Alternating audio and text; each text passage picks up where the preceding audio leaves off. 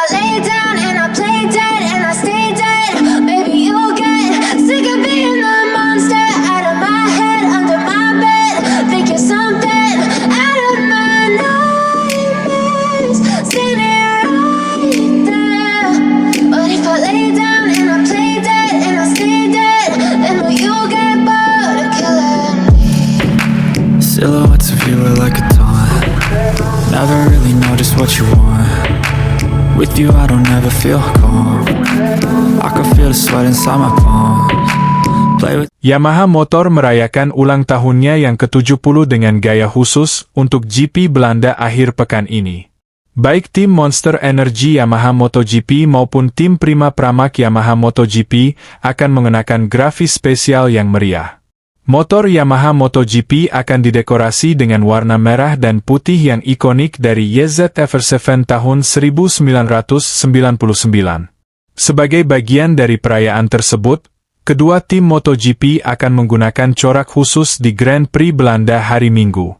Media sudah mendapatkan kesan saat skema warna, termasuk sepeda motor, perlengkapan rider, dan pakaian tim yang diperkenalkan di grid awal sirkuit Titi Asen hari Kamis. Corak khusus yang akan dikenakan Monster Energy Yamaha MotoGP dan Prima Pramac Yamaha MotoGP pada hari Minggu terinspirasi oleh warna merah dan putih ikonik yang digunakan untuk YZF-R7 tahun 1999.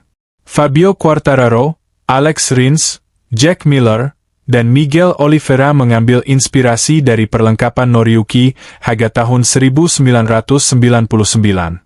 Sementara itu sobatku semua, Songkiat Chantra, rekan setim Johan Zarco yang tahun ini melakoni debut MotoGP bersama LCR Honda, jarang berbicara sampai-sampai orang bertanya-tanya, apakah dia ikut balapan? Pasalnya, sejak debut spektakulernya di balapan pembuka di negara asalnya, Thailand, ia tampil buruk, selalu berada di barisan paling belakang di setiap sesi.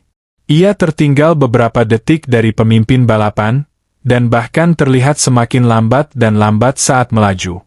Tentu saja, ia adalah seorang pemula di MotoGP, tetapi Parmin Aldeguer dan Ai Ogura yang juga melakoni debut MotoGP musim ini, menunjukkan adaptasinya yang begitu kuat dalam balapan, membuat semakin menonjolkan kelambatan Chantra. Alasan Chantra memutuskan untuk naik kelas ke MotoGP adalah karena Honda secara tidak bisa mendapatkan Ai Ogura, yang seharusnya membalap di Honda. Sementara Chantra memiliki karir yang panjang di Moto2, namun hasilnya tidak cukup untuk membalap di MotoGP, jadi ia dipromosikan melalui slot Idemitsu bersama dengan Ogura dan Nakagami yang kosong.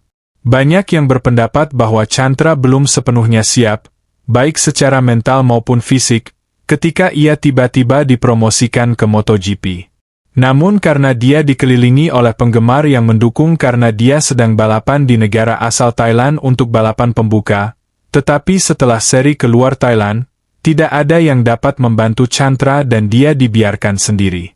Hasilnya semakin buruk, semakin banyak orang yang meninggalkannya, dan dengan semakin memburuknya cedera arm pump di lengan, sindrom kompartemen, yang merupakan kondisi kronis.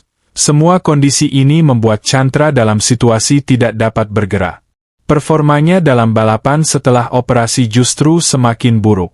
Bantuan nyata terakhir yang terlihat jelas adalah pada balapan Mugello baru-baru ini, di mana ia digantikan oleh Nakagami dari tim pabrikan. Chantra mengendarai motor yang sama dengan yang digunakan Nakagami hingga tahun lalu, tetapi dengan mesin dan dukungan yang sama, ia hanya mampu mencatat waktu lebih lambat 1 detik dari Nakagami, yang kini telah pensiun dan menjadi test rider, sehingga kekurangan Chantra saat ini semakin jelas. Honda dan Idemitsu disebut-sebut khawatir dan kebingungan dengan performa buruk Chantra ini, dan bahkan pemecatan lebih awal Chantra telah menjadi topik yang realistis di media. Dan faktanya, jika di Moto2 dengan hasil buruk seperti ini, sudah cukup untuk membuat pembalap didepak dari tim. Namun, jika mereka memutuskan kontrak Chantra lebih cepat dari seharusnya, hal itu dapat menyebabkan Idemitsu menarik diri dari MotoGP, sesuatu yang ingin dihindari oleh Honda, LCR, dan Idemitsu sendiri. Namun, jika mereka tetap memutuskan kontrak Chantra, tidak ada rider yang dapat menggantikannya. Tapi Honda dan Idemitsu tidak bisa menghabiskan sumber daya hanya untuk pembalap yang menjadi langganan finish terakhir dalam balapan tanpa membuat kemajuan apapun. Jadi konsep awalnya adalah keadaan keren yang memaksa Chantra menggantikan Ogura untuk melindungi slot Asia di MotoGP setelah pensiunnya Nakagami. Sehingga pembalap Thailand itu satu-satunya pilihan, jadi performa buruk Chantra tidak boleh sepenuhnya dihilangkan. Tetapi berdasarkan kinerjanya sejauh ini, tidak diragukan lagi bahwa kompatibilitas antara Chantra dan mesin MotoGP bukanlah kombinasi yang tepat, bahkan dalam level skill balap. Menurut laporan media, Honda dan Idemitsu mungkin akan membuat semacam keputusan paling cepat pada balapan akhir pekan ini di Assen, yang akan semakin menekan Chantra, yang sebenarnya sudah terpojok. Apakah seri Belanda ini akan menjadi akhir bagi pembalap Thailand itu? Namun, melihat kenyataan bahwa kepindahannya ke MotoGP tidak membuatnya bisa tersenyum. Apakah ia akan melanjutkan atau berhenti?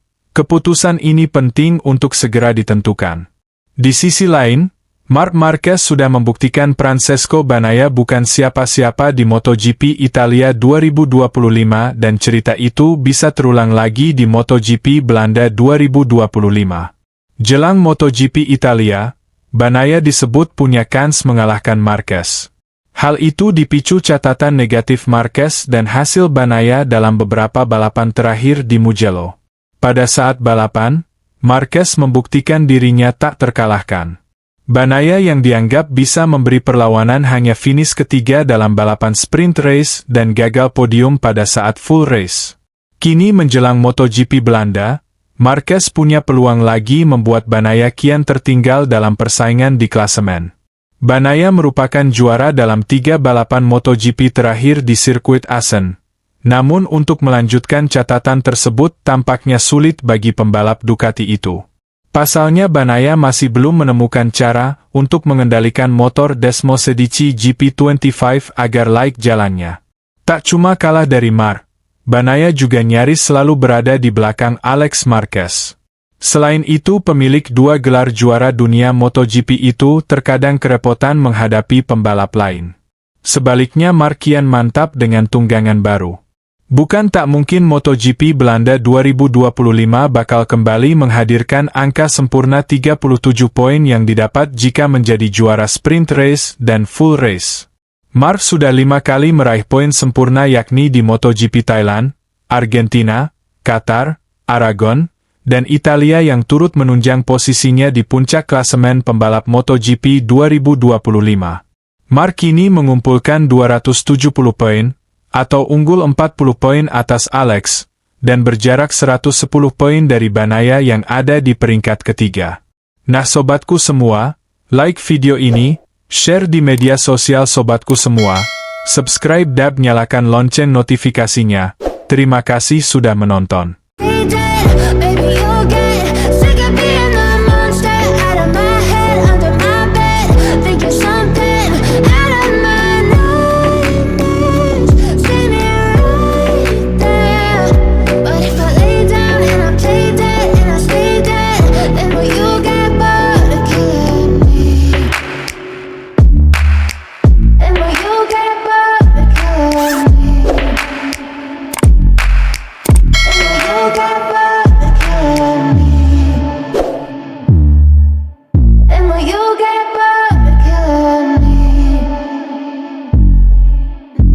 You get